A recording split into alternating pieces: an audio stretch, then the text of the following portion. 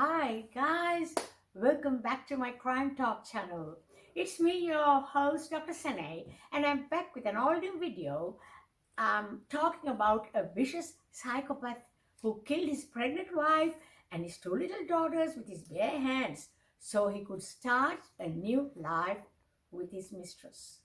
Well guys, he must be very happy now because he has started a new life now in his prison cell, and there he will remain for the rest of his life.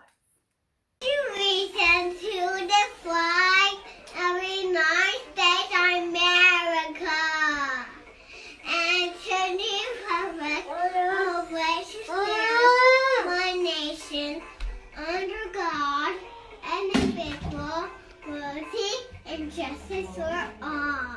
Good job. Guess what snack Mommy has? Pro-bars.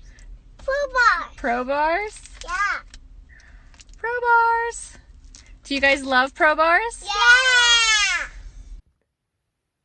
A subscriber of mine sent this topic to me to talk about, and if there's any topic you want me to cover, please write it in the comment box below. Thank you. My good friend Stacy too was talking to me about this last week over our weekly coffee meeting, and I felt compelled to share this with you all. If you enjoyed this video, please remember to like, comment and subscribe. Thank you.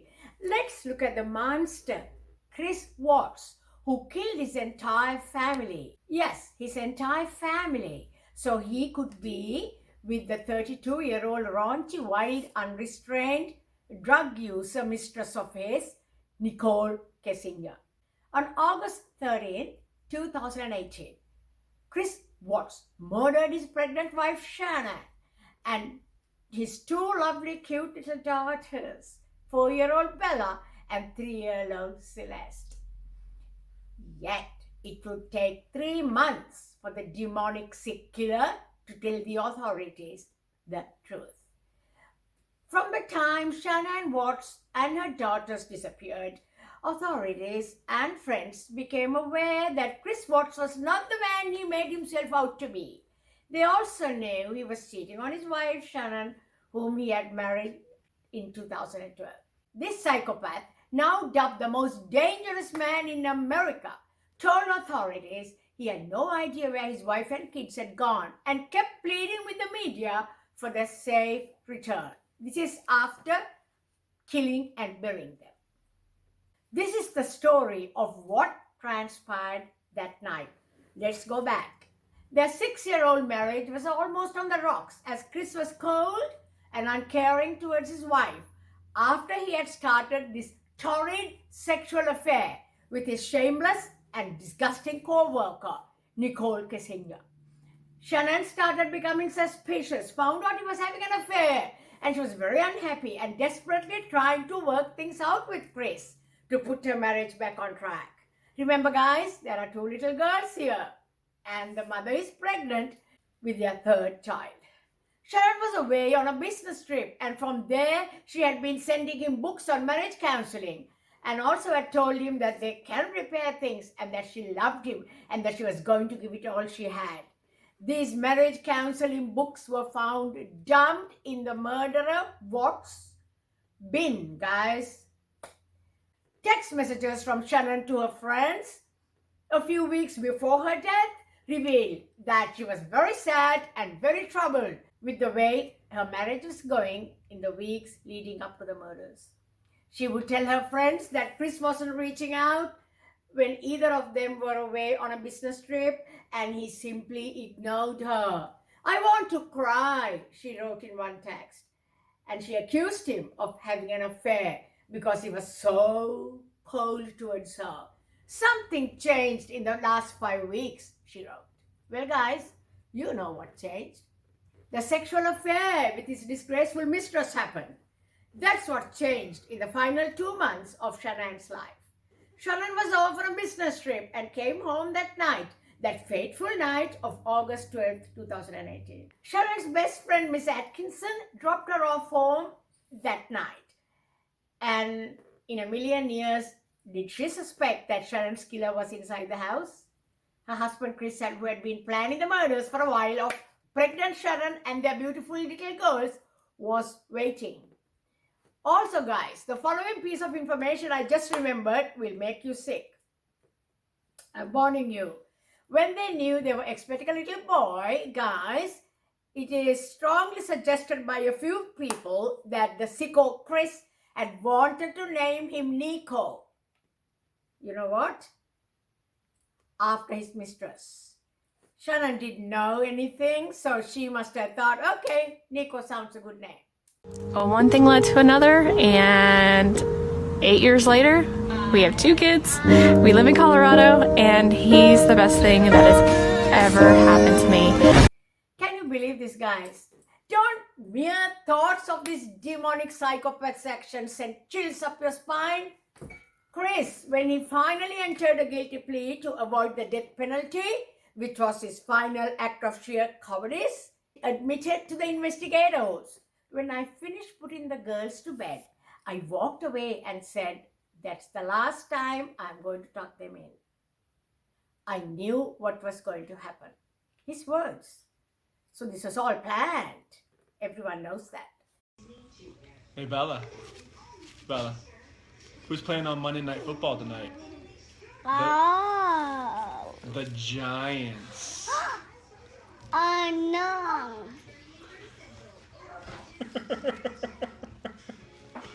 Oh, man. You want the Giants to win or lose? Moose!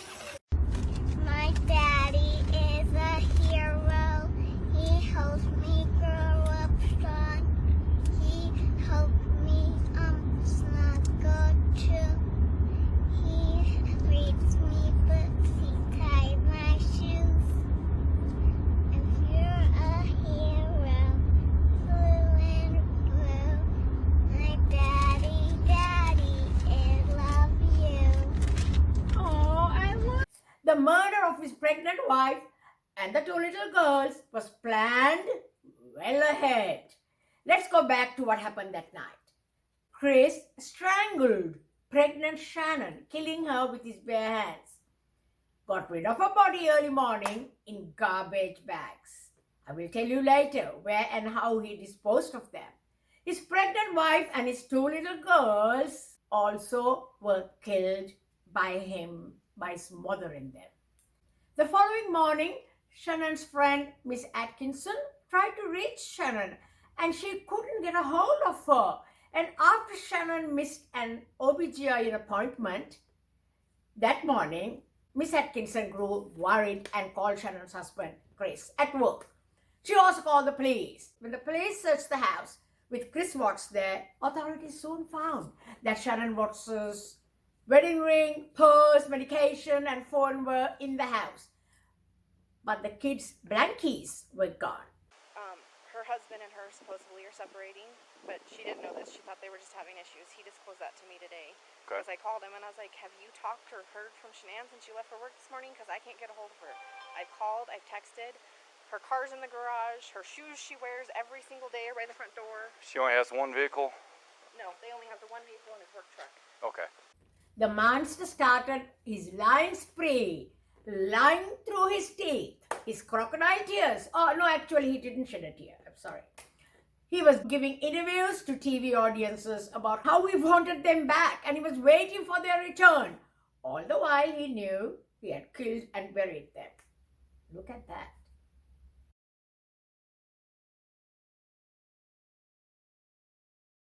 He was pleading to the media for their safe return. Guys, at each interrogation, the low-life murderer who annihilated his family was lying, thinking the police were fools. They knew much more than he deemed they knew. The highly trained detectives used all their expertise to psychologically analyze each lie. He was walking into their trap. Guys, killers like to think they are very clever. Was this monster planning to get away with 4 murders and then walk the street and then walk into the sunset with his mistress Nicole, whose indecent photos were found hidden in a special place in his phone? A cold-blooded killer and a shameless, disgraceful, amoral woman. A great combination, guys. Interesting. Watts happily consented to a polygraph test, thinking he would beat it. I told you, they think they're very clever. He was the cleverest criminal in the world after all. Chris failed the polygraph test miserably, but remained adamant that he did not lie during the test.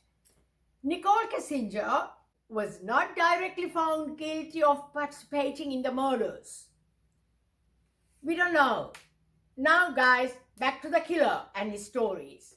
Murderer Chris Watts told investigators that when he had asked Shanann for a separation, Shanann smothered the kids and he freaked out and did the same thing to her. Oh my God. He revealed to the officials that the girls were put in 20-foot tanks at the oil storage site where he worked. Shanann was buried close to the site. He kept saying, "I did not hurt these girls. These girls, not my girls." Not that, guys? Unfortunately, the trapped killer, trapped in the snare of his own crimes and lies, was pushed into a corner by the experts at police work, and in November, he finally confessed to killing his wife and the 2 little girls. Guys, I watched the techniques used by these expert investigators, and I watched how the self-appointed murder genius crumbled under their techniques. Guys, my favorite was the pause technique. The pause and stare into the eyes of the criminal. Very effective, guys. The hapless fool starts talking. That's what they need.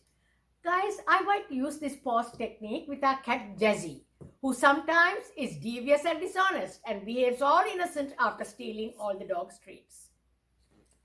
Back to murderer Chris. He strangled pregnant Shanann to death. While moving her body, little Bella and Celeste had woken up and asked what was going on. Telling his kids that their mother is sick, he loaded her body and his daughters into his truck. He laid the dead body on the floor and the 2 girls sitting on the seats and drove to the oil site where he smothered the girls one by one. The cold-blooded killer now got into action, making phone calls, calling the girls' school to unenroll them. He also apparently texted a realtor to sell the house and texted his mistress Nicole Cathryn, planning a new life perhaps. After giving Chris Watts multiple life sentences without the possibility of parole, plus 84 more years, the presiding judge said that this was the most vicious and inhumane crime he had ever dealt with. Murderer Chris Watts is in jail for life. Good. Now, guys, before I go, I want to share my ideas with you on a sick, psychopathic, attention-starved, sex-starved women, a set of women. Lonely little tramps who say that Chris Watts is handsome, and a few of these women also say they love him. He's supposed to be getting plenty of letters from these women. The monster is in jail, but we need to be careful of these sick women too, who claim to love a cold-blooded killer like Watts. Let me remind you, killed his pregnant wife and killed his 2 little girls. And there are women in love with him. He's handsome. Oh my goodness. I wonder what these women would be capable of. I think they should go adopt a dog if they're so lonely and frustrated and miserable. Looking after a pet might give them something to look forward to in their daily lives, fill their empty lives, so they wouldn't go after a murderer whimpering and crying for attention, a murderer of his pregnant wife and his 2 daughters. But again, that would be a terrible insult to dogs. They need to be adopted by better and more emotionally stable parents. So I take back that dog suggestion. Oh, by the way, I heard that the mistress, Nicole Cathryn, who pretends to be an innocent party to all this, guys, mistresses of married men are always innocent little things. He told me he was getting a divorce. Oh. But had he gotten a divorce by the time you slept with him, planned a future with a married man with 2 kids and a pregnant wife? Had he gotten a divorce then? No, not yet. Right? Nicole Cathryn is supposed to have changed her name. Now that's dangerous. I also read somewhere that she has a new man in her life. Oh, isn't he afraid of her, or is he simply a naive, old, foolish psycho like cold-blooded, sick, stupid psycho Chris. Let's hope it's not a married man, guys. I heard hell is empty these days. All the demons are here. Tell me what you think of this heinous crime, guys. See you again. Good night.